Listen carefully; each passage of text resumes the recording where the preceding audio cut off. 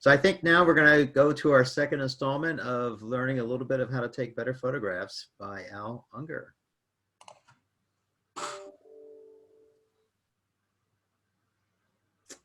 Al, I believe you're on mute. So there we go. Okay, can you hear me? We can. Okay. While I'm switching and putting up the display, if anyone wants a copy of any of the presentations or all the presentations, put it in the chat, and Melissa will send you out a copy. We've actually been posting these up on our a part of our learning management system where we have all these presentations, so you can find all of them up there actually. Yeah, so far I've sent her the first one, and I'll send her this one after this, because I wait till after the presentation. Okay, can you see the presentation? Yes, we can. Okay, so this is going to be composition rules and taking pictures with your smartphone. Okay, page down. Okay, so the first thing, let's get this out of the way here.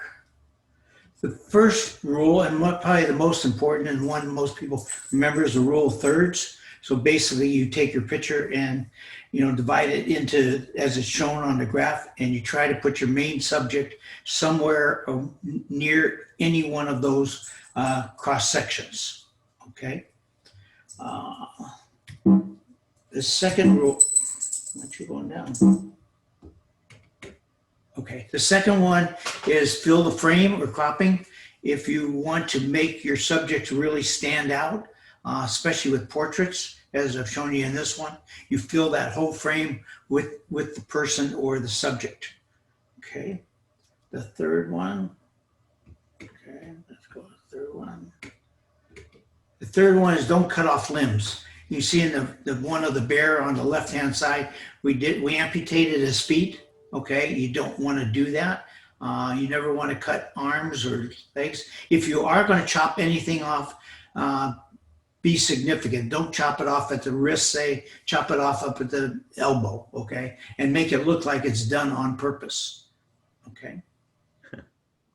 Next one is the frame.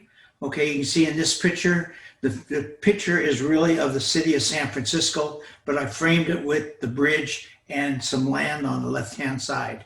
And then that makes the eye go right to what your main picture is, which is San Francisco in this case. Make the most of leading lines. You can see, it's a little hard to see, but there's a road that goes right up the center, okay, and leads right to the waterfall in Yosemite. So you always want a leading line, as they call it, that leads to your main subject. Okay. Simplify, know your focus. You can see in this image, the orange flowers is what the picture was all about. Okay, so it's very simple to see that. If they were green flowers instead of orange, and you just put it in there, you wouldn't be able to tell really what the focus is. Okay, so even if you have to make your flowers that are really green, or leaves that are really green, orange, go for it. Okay. This next one is watch the background. You can see this one was taken of the ends of a couple canoes. Okay, and the background is very blurry. Okay, so I used a very small aperture like f2 or f2.8. Okay, which blurred the background completely, so there's no doubt what the subject is. Okay, this next one is creating depth. So you look for symmetry or patterns. This is in Venice, California. If you looked at the line, the arches down, they go all the way down and lead the picture all the way to the back. Okay. Next one is create depth. This is taken up in Alaska. Okay, and you can see how the bridge is creating, or the walkway is creating depth, pushing the eye all the way to the back part of the picture.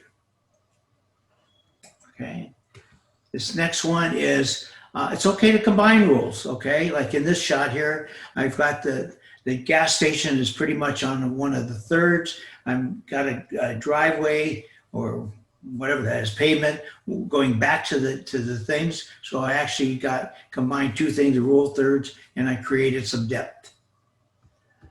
Okay, This one is one I just put in today. Okay. Kind of the top 5 beginner photography tips. One is light. Okay. You must understand light, where your light is coming from. Okay. Whether it's coming from behind the subject, side light, front light, back light, so you need to understand light. Okay. And where it's coming from. The second rule, beginning tip, is learn the exposure triangle, which is we went over last week. Aperture, ISO, and shutter speed. Those 3 things make up your exposure, and working the 3 of them together will give you that good exposure. Focus is critical for a good image. Know what your focus is. Remember, for a person or an animal, it's the eye. The eye must be in focus. If the eye is not in focus on a person or an animal, the whole picture is blurry. Okay. Fourth one is composition and perspective. Composition refers to how you utilize the frame when taking your picture. So you need to look. We just went over the rules of composition. So make sure that you keep them in mind. Equipment is a timed upgrade. You want to move on. You want to move from a point and shoot camera to a full DSLR. You want to move from a smartphone that has little capability to a smartphone that has many capability. So you need to know when you want to upgrade, or if you do want to upgrade at all. Okay, this is file types. Okay, RAW is what you want to shoot in. If your camera has the capability to shoot RAW, that is just like having a negative back in the old days. Okay, it has completely all the attributes of the picture. Okay, the advantages, of course, it's like a film. The disadvantage, requires a lot of storage and is not compatible with some editing and viewing software. Some point shoots, for example, don't have RAW. Some smartphones don't have RAW, but they are both working their way to get RAW in there. The next picture, next file type, which you're all familiar with, I'm sure, is a JPEG. What a JPEG is once you take the picture in the camera does the best it can to expose and make it into a quality picture. The advantages, that's the advantage of the disadvantages. You lose a lot of the capabilities that was there in RAW. One point that most people don't know, every time you open a JPEG file, just open it up to look at it, you degrade the file.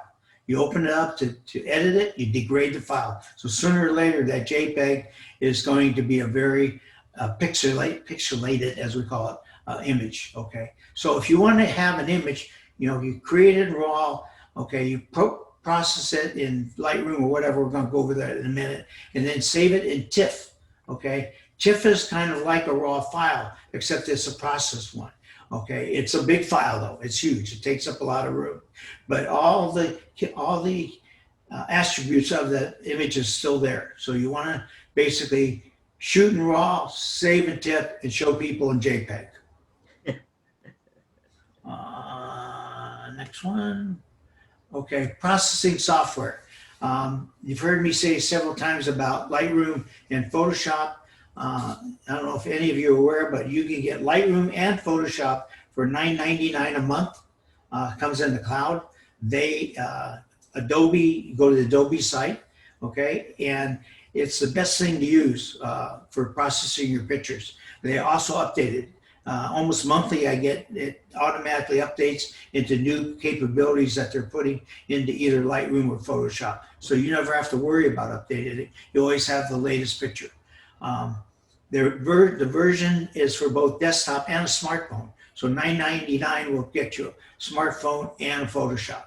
So basically the way I process my pictures, and you should, is you download the RAW files to a folder on your hard drive. You don't take them off the card. Okay, you store it on your hard drive, and then you import them into a Lightroom to work on. You process it in Lightroom, and then you go finishing your process in Photoshop and any other software that you use. I use NIC's HDR ELX Pro 2 for a lot of my pictures. It gives it that extra little touch to it. I guess I just gave you that twice, didn't I? Okay. All right. Well, now you know it. So shooting with the smartphone. The smartphone is really the new camera. Okay, there's more configurations with a smartphone than the DSLR. There's iPhones, there's Androids, there's Samsung, Google, Sony, Motorola, whatever else there is.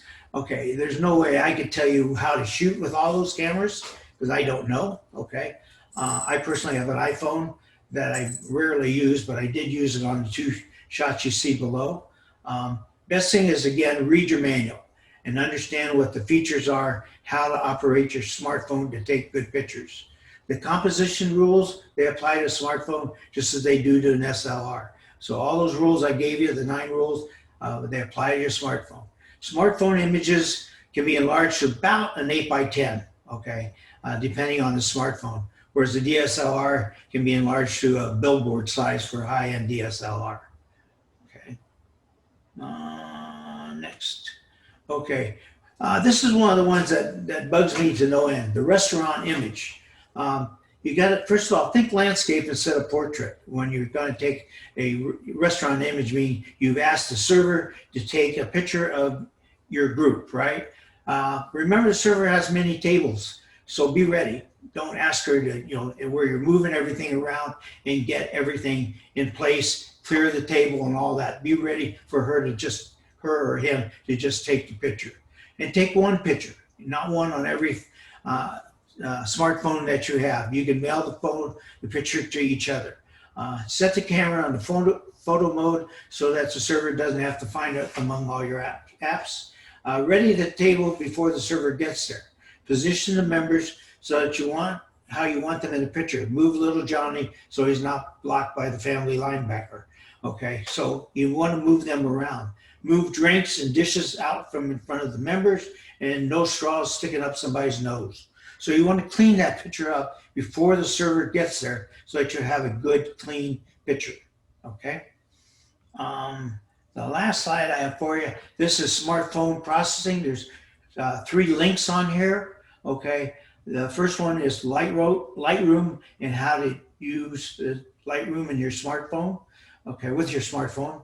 Then the 9 best editing apps for an iPhone is on that link. And then the 9 best post-processing apps for general smartphones is on that app.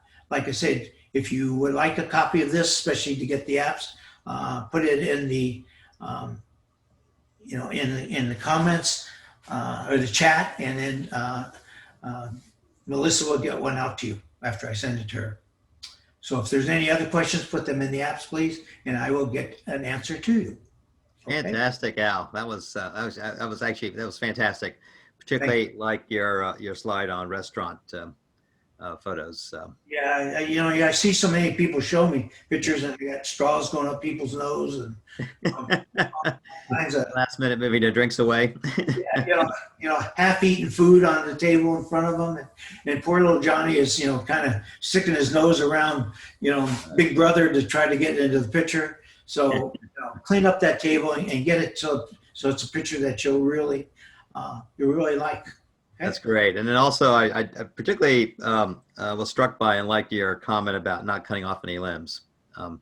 I know a lot of my photographs, for whatever reason, have a lot of body parts cut off. Yeah, well, you try to get maybe their head in close, so you zoom on in, and the next thing you know, they got no hand. Indeed. Wrist is gone, or foot is gone, or whatever. I have a question. How hard is it to use that Lightroom application on the phone or on the web? Is it a difficult app to use? It's very simple. It's one you got to get used to. Okay. The best way to learn Lightroom is like I did. First of all, I have a lot of places I can send you to help teach you, which I'm going to give you at the end of all this, an offer to all of you. Okay, because I have basically it's a Facebook page that I administer, and then that Facebook page right now I got 118 hints, websites, everything to teach you about different things, and they're all organized. So I'm going to offer you all to join that website. It's a private website, so I have to give you permission to be on it. Excellent. Well, thank you.